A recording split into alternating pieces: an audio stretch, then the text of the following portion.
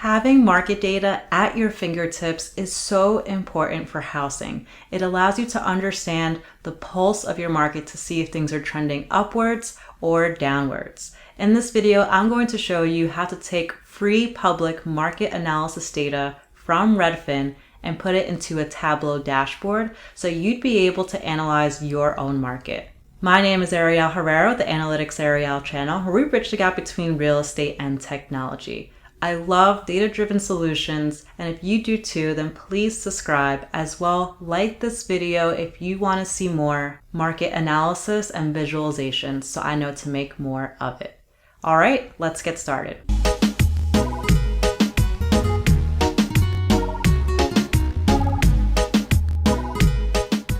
In this video, we're going to be able to develop this dashboard here that will give us an analysis of how our market is performing all the way down to the zip code level.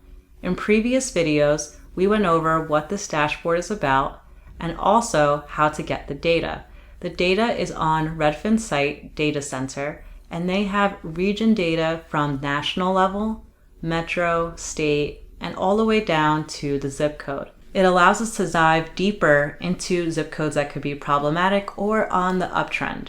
The data that Redfin has is in a very hard to consume format, which is why in video 2, I showed you how to actually extract this data using Python. If you'd like to skip the Python piece and just start working with this data, but you're not able to do so in this format, then please reach out to me directly and we could work something out. Once you have your data set, it'll look something like this. This is in Excel, and we have information on different periods going all the way back to 2012.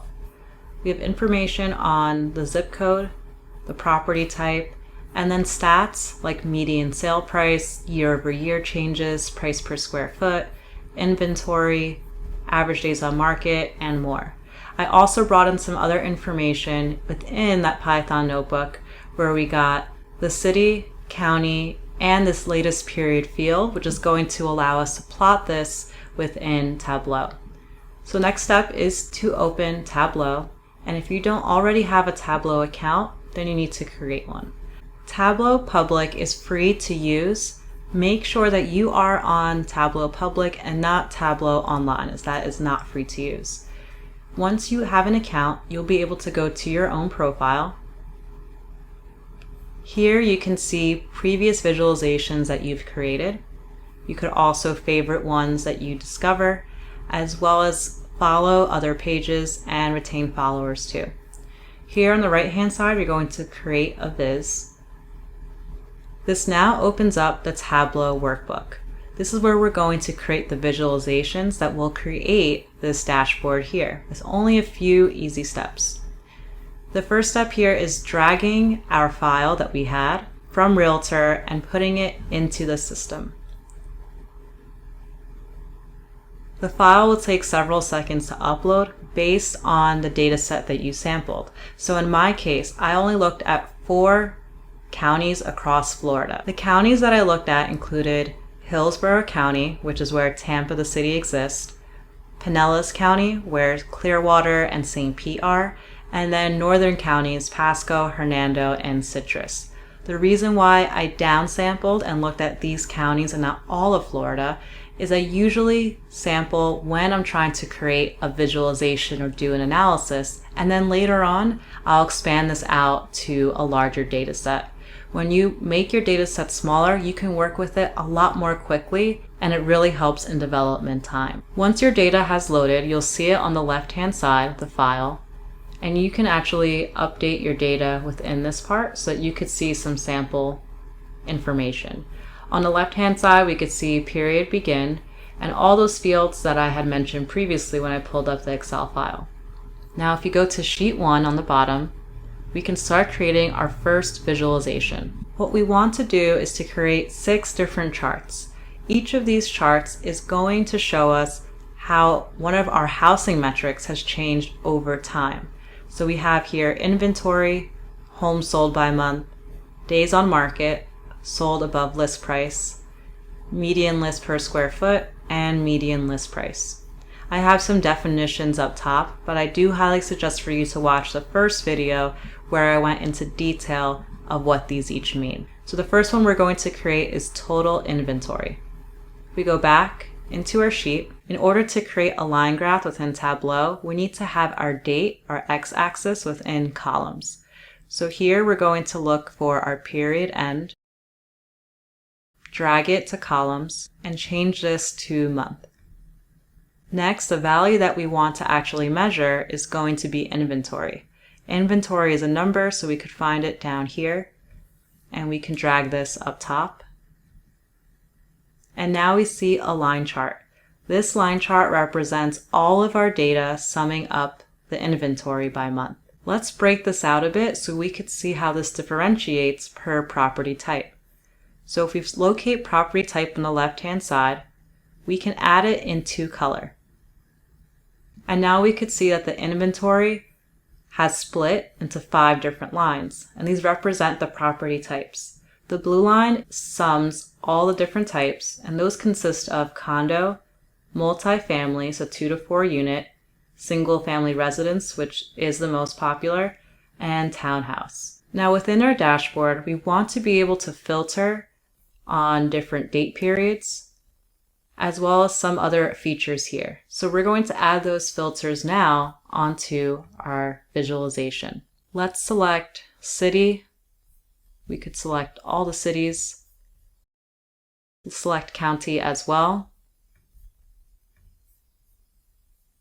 We also want to filter on zip code, property type, period begin, and let's change this to relative date and select range of dates. Great, now we have our chart and we could label it at the bottom.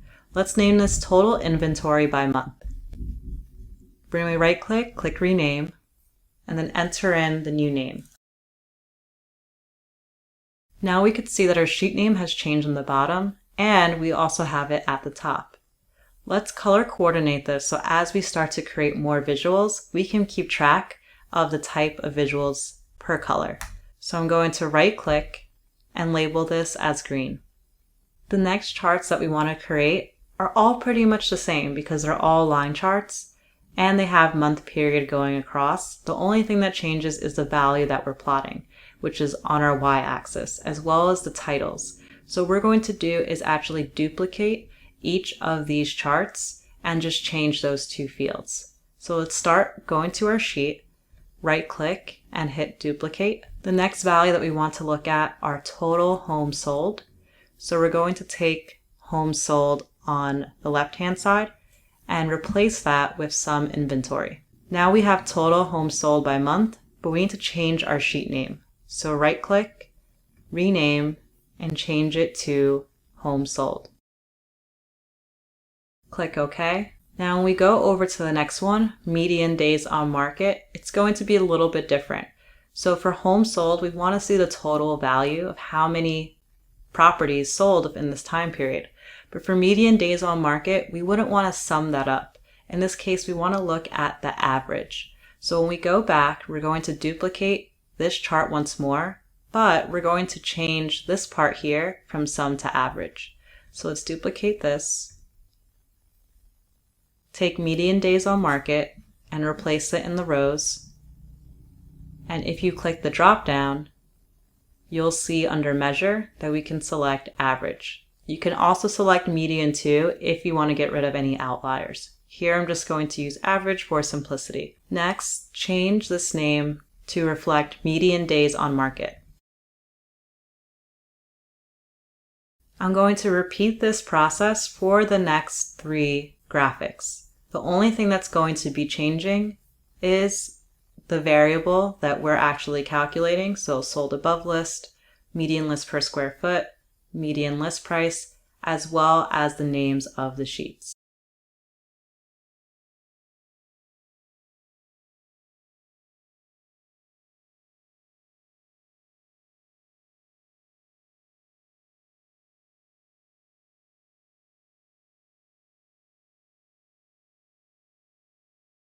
Once you've completed the process of replicating each of those sheets, You'll now have 6 different sheets below. So the ones that were added were median list price per square foot, median list price, and sold above list price.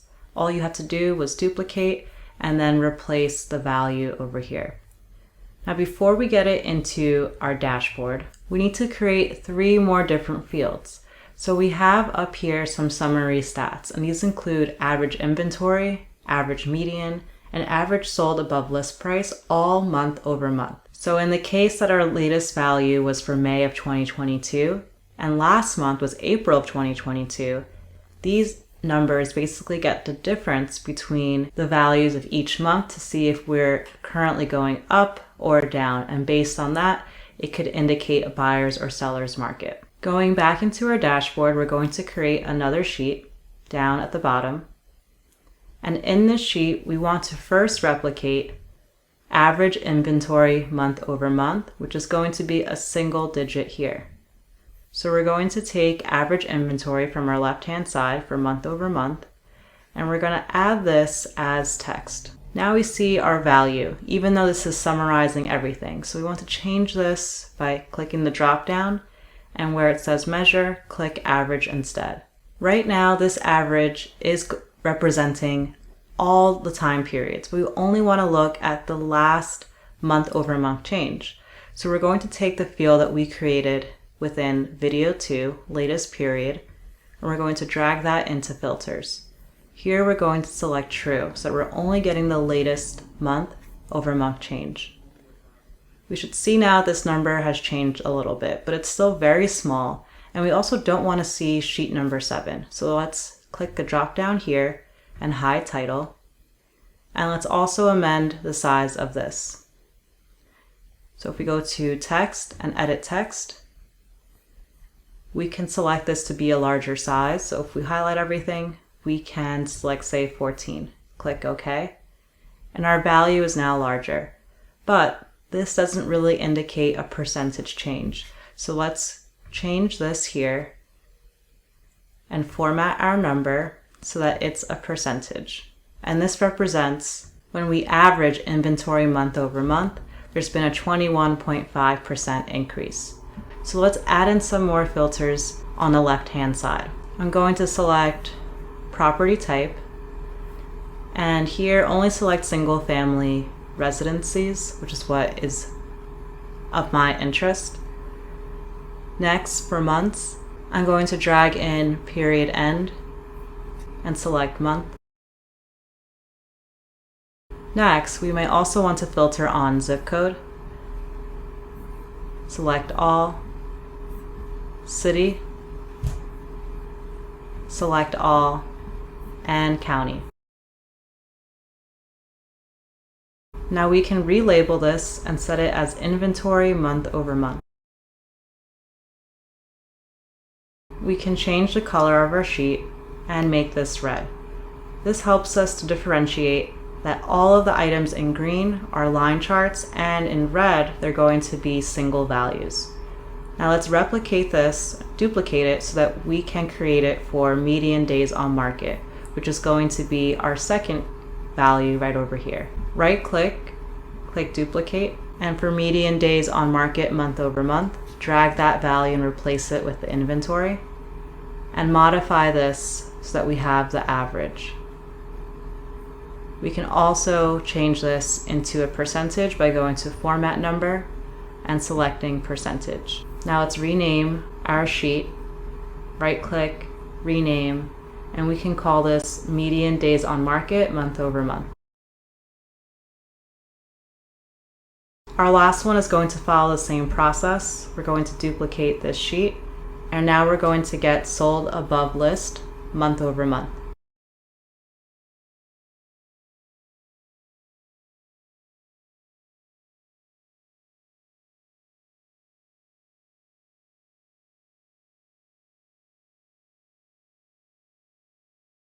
Now we can start creating our dashboard, since we have all of the different sheets and elements that we want to put in here. So if we go over to edit, we can go on the right hand side and select, instead of new worksheet, new dashboard. Here in the dashboard, we're going to see a similar type of view, but on the left-hand side, instead of seeing all of our fields, we now see all of our sheets. And we could start bringing in these sheets. So up top, we do have a header, which I think makes our dashboard look a little bit cleaner. So let's add that in. We're going to take the text object at the bottom, drag it in, and here you can name this anything you like. I'm just going to put market analysis for Tampa. Next, I'm going to center this, make it a bit larger, and also make it white format. Here we can't see anything, that's because our text is white. So let's go to layout and let's change our background, and instead we can make this a darker color. Now we can see that our header pops out a bit more. Our next steps is to create each of these visuals here. So this is average inventory, average median, average sold, above list price. So let's go back to dashboard, and we can take these values and add them back in. So let's put this at the bottom.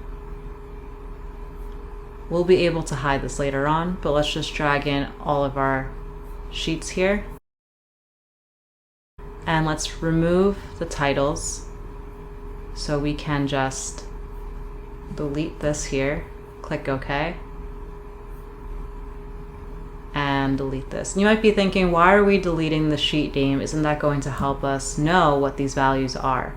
Yes, but the way the formatting is that it's not going to look very clean. So in this case, for our dashboard to look nice, we're going to remove this and add titles in later. So let's make sure this is pretty centered.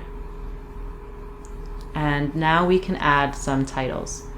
So if we take text, just like we did for our header, we could put this on top. And for our text, we can match what we have here. So this is average inventory month over month.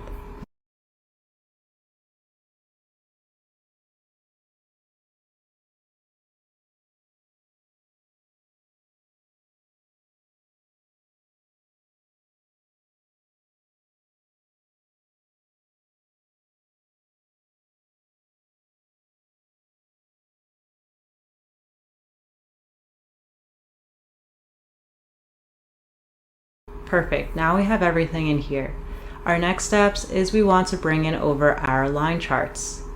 There's 6 in total. So let's go back to edit and let's start bringing these in by dragging them.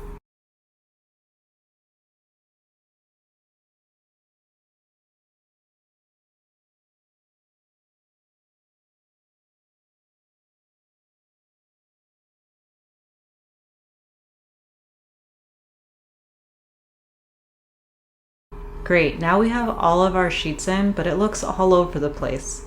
It's because this is really small right now, our view, and we want to increase our view so that we can fit each of our charts in a more friendly way. So let's adjust our size by going to the left-hand side, and let's change these each to 1400.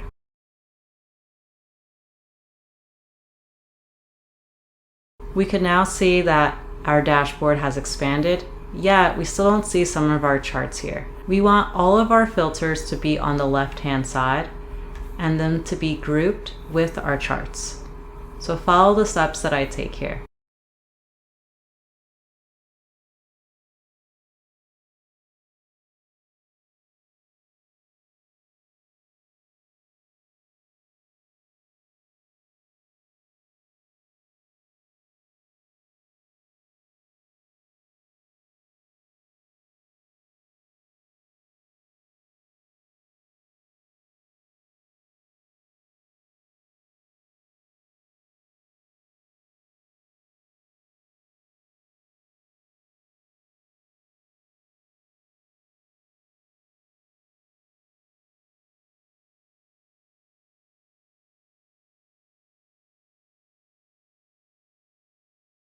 Awesome, so now our chart looks a lot better. We now have everything pretty aligned within 3 different columns, and we could start formatting this a bit better as well. So we want to have these values centered. So what we could do is add some blank fields around the numbers, and this helps to center. So let's adjust this a little bit. and do the same steps for each of the other numbers.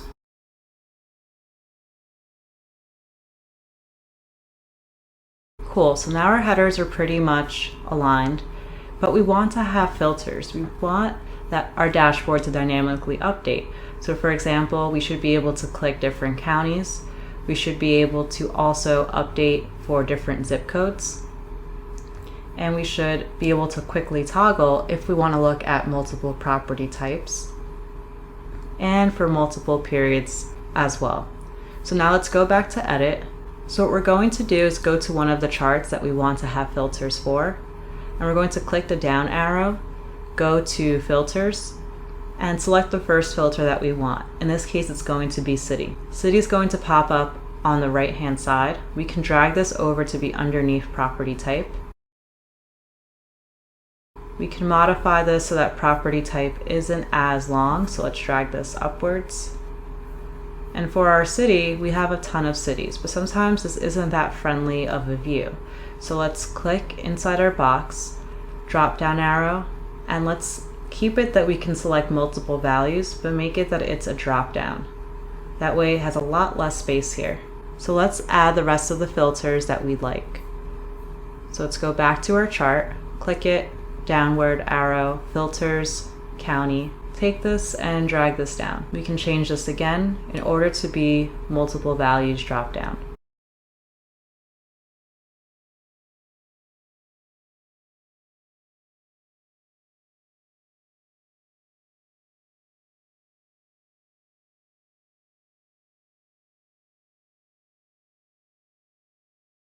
Great, now that we have all the filters that we care about, our next step is to make sure they're going to apply for all the different charts. So in this example, if I were to select a single zip code that I want to focus on, let's just go with the first one here, it's only going to apply to that first chart. So how do we actually get it to apply for all charts?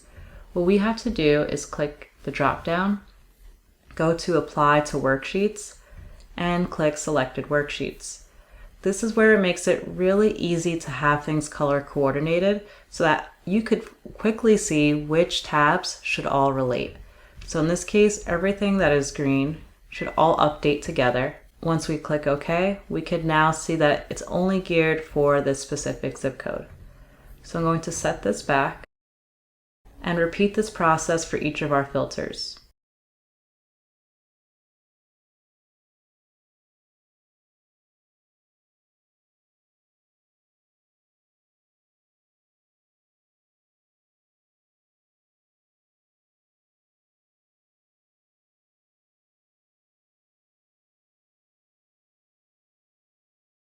Now that all of our filters are updated, if we wanted to select, say, only residential for all of our zip codes, we could now see that each of these charts reflects the change. We can also make the period smaller and it'll adjust.